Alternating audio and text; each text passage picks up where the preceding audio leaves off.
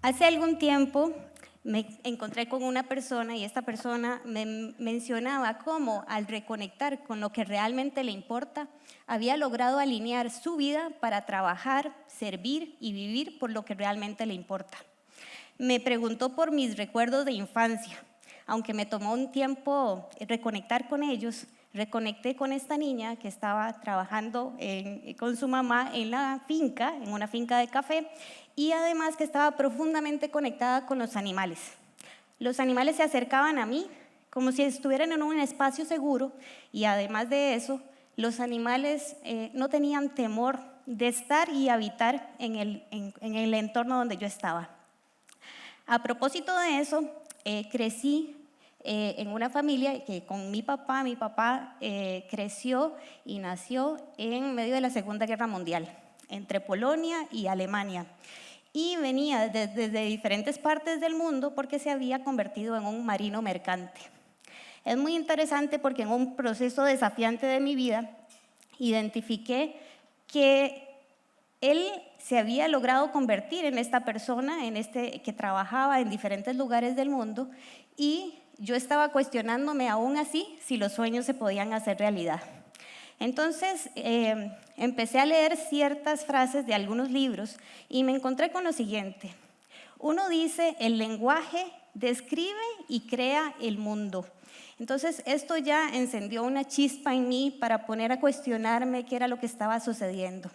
Por otro lado, las ideas son cosas. Es otra de las frases que encontré en otro de los libros. Y por último, el lenguaje no solo comunica, el lenguaje crea. A partir de todo lo anterior, me hice ciertas preguntas, entre ellas es, ¿cuál es el cuento que me cuento? ¿Y cómo describo la realidad que estoy viviendo? A partir de lo anterior, debo confesarles que en un proceso profesional difícil, recibí una instrucción de trabajo, atendí esta instrucción de trabajo y resultó que recibí un correo electrónico que decía, estoy decepcionada. ¿Cómo actuarían ustedes? Yo estuve bloqueada por completo, me sentí muy decepcionada de mí misma y después de eso me puse a analizar esta frase.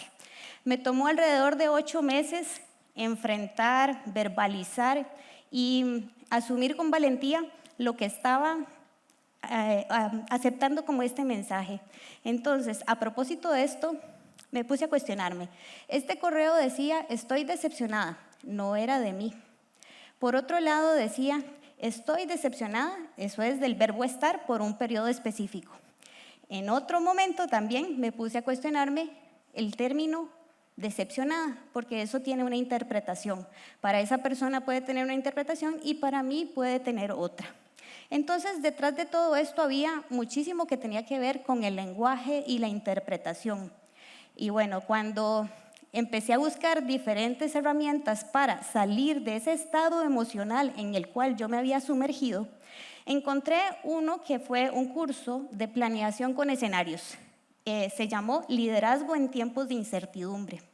Curiosamente, esta es una metodología que fue utilizada y creada o originada en el mismo periodo donde mi papá creció, en medio de la Segunda Guerra Mundial, donde las personas tenían que salirse de esta realidad y poder visualizar escenarios diferentes para salirse de ese contexto. Entonces, a partir de lo anterior, lo que se hace es un cruce de variables. Esas pueden ser incertidumbres, que le llaman incertidumbres críticas. Es decir, por ejemplo, esto se puede aplicar en empresas o en organizaciones también. Fue muy utilizada y todavía, pero con la pandemia, porque ahí era donde teníamos que salirnos de estas realidades y determinar qué había más allá. Entonces, a partir de ese cruce de variables o de incertidumbres críticas, lo que se hace es identificar potenciales escenarios futuros. ¿Cuáles son algunos de los beneficios? Por ejemplo, se dice que alrededor de un 30% las empresas toman mejores decisiones con mejor visión estratégica. Otra de los beneficios es mayor capacidad de adaptación y también innovación, porque si podemos visualizar que tenemos ventanas abiertas, podemos determinar diferentes enfoques y diferentes caminos para llegar. Por otro lado, reduce las incertidumbres. Si, por ejemplo, el meteorólogo nos dice que va a llover, podríamos tener la posibilidad de prepararnos con una sombrilla, con unas botitas o eventualmente no salir de casa. Entonces se reduce la incertidumbre. 3 beneficios más. La toma de decisiones. Aumenta y mejora la toma de decisiones. Y por otro lado, en América Latina se encontraron alrededor de 100 variables. Si yo les digo que si cruzamos 2 variables salen 4 escenarios, con eso en América Latina se encontraron más de 100 variables. Imaginen la cantidad de escenarios futuros que se podrían diseñar. Lo más interesante es que esas variables son lecciones que hemos aprendido y que incorporamos en nuestras vidas. Por otro lado, y para mí uno de los beneficios más interesantes es el tema de que reduce la dependencia de proyecciones lineales. ¿Qué significa eso? Que básicamente el pasado no es la única fuente para predecir el futuro. Es decir, el futuro no se va a construir solamente como una repetición del pasado que estamos viviendo. Entonces yo dije, esto es de repente un poco futurista, me está siendo un poco difícil entenderlo. ¿Qué tal y si lo aplico a mi vida y de alguna manera pues logro ver si esto funciona y a partir de eso aplicarlo en diferentes comunidades o en diferentes lugares donde estoy? Entonces, ¿cómo funciona? Básicamente se hace un cruce de variables. Yo tengo en el cuadrante superior derecho positivo con positivo. Si yo cruzo 2 variables, podría ser salud, educación, tecnología, yo voy a tener el escenario ideal. Si yo tengo en el lado opuesto, que sería el cuadrante inferior izquierdo, voy a tener el escenario más pesimista. Entonces ahí es otro cuento. Lo que nos dé la posibilidad de este tipo de metodologías y herramientas es que en realidad podemos hacer este cruce de variables y determinar el cuento, pero en función, teniendo todo el control de contar el cuento nosotros, porque normalmente contamos los cuentos en pasado, como si fuéramos de forma reactiva. Esto nos permite contar los cuentos de forma generativa y proactiva también. Los escenarios que están en los otros 2 extremos son, por ejemplo, que la salud sea positiva y que la educación sea negativa, y el otro sería viceversa. Entonces, ahí hay todo un cuento. ¿Qué se cuenta ahí específicamente? En mi caso, como quería interiorizarlo, lo que hice fue hacer un cruce de variables y dije, bueno, en mi vida, ¿qué ha sido realmente importante y desafiante o que me da o me quita poder? Y dije, bueno, voy a cruzar amor incondicional. Eso es una clave para mí, porque es la autovaloración, la autocomprensión y el autorreconocimiento, es ese amor propio. Y por otro lado, el trabajo o el servicio con propósito. Entonces, a partir de este cruce de variables, yo dije, en el escenario optimista, Cristina posiblemente estaría con un trabajo reconocido, donde se sintiera muy a gusto, trabajando y sirviendo en función de su propósito, y además de eso, con este amor propio y valoración.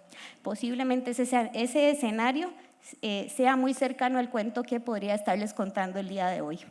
En el escenario contrario, pues Cristina tendría otro contexto en el cual estaría sin trabajo, o podría ser que esté trabajando, pero no en función de algo que le importa. Y por otro lado, también podría tener que, por ejemplo, no tendría este amor propio o este reconocimiento propio. Pero bueno, ya les di como toda la demostración de cómo funciona. Ahora les voy a invitar a que viajemos por sus posibles escenarios futuros. Ahí donde están, y a las personas que están en transmisión en línea, les voy a invitar a que sentadas y sentados puedan poner sus pies como plantitas en el piso, que puedan colocar su espalda recta y que puedan aflojar sus hombros.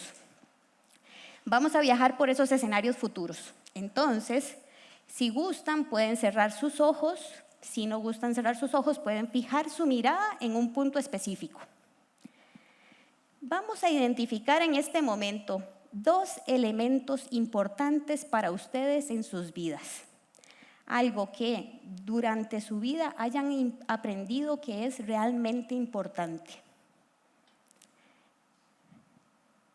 Y para ello les voy a invitar a que tomen su mano derecha y la lleven al corazón, porque el corazón tiene ahí todos los secretos. ¿Qué nos dice ese corazón? Cuando estén conectadas profundamente con eso y conectados también, entonces les voy a invitar a que vayamos hacia el escenario número 1. Se abre la ventana. Escenario 1 es el elemento 1 positivo, negativo que encontraron, y el elemento 2 negativo. Es el escenario más pesimista. ¿Dónde están? ¿Qué están haciendo? ¿Cómo se siente estar ahí?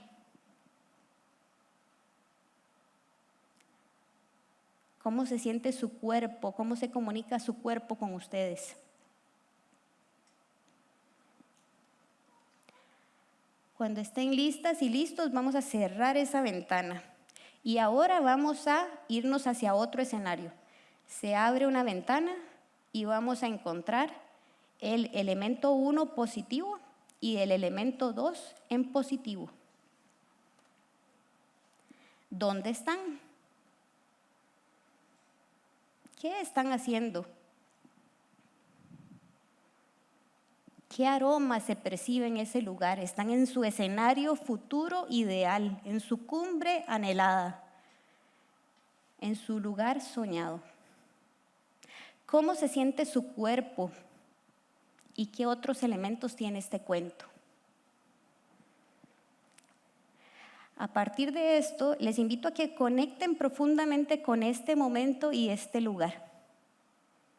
Es su regalo, es su cuento futuro y está muy asociado con lo que a ustedes realmente les importa. Cuando estén listas y listos, podemos cerrar esa ventana, vamos a volver al salón. Gracias por acompañarme en este ejercicio. Visualizar no es soñar, se trata de diseñar de forma generativa, diseñar de forma proactiva. Regenerar, por eso empieza desde dentro y mucho está asociado con el corazón. En mi caso les voy a compartir que yo visualicé una rana que no conocía, la rana azul, rana de ojos dorados o también la rana del cafetal. Curiosamente, y por eso sí los conductores de la vida, cuando yo crecí en esa finca de café, la rana ya estaba declarada en peligro de extinción. Ahora habitamos, porque ya habitamos en la casa de ella, ya las reservas donde estamos o en la reserva donde vivimos, ella también habita ahí. Es un espacio seguro donde ella puede estar y donde trabajamos mi mamá, mi hermana y mis tías. Ese espacio lo disfrutamos profundamente y nos reconecta con lo que realmente nos importa. Ahora, si ella, Agalichi Sanae es un nombre científico, supiera que para nosotros significa todo, diría mi hermana, eso es lo realmente importante. Ahora, para concluir, los resultados. Normalmente los resultados los miramos en función de una acción, una palabra que le precede, es decir, yo verbalizo qué es lo que quiero hacer. Además, la presencia, un cuerpo que represente esa fortaleza de que yo quiero lograr algo.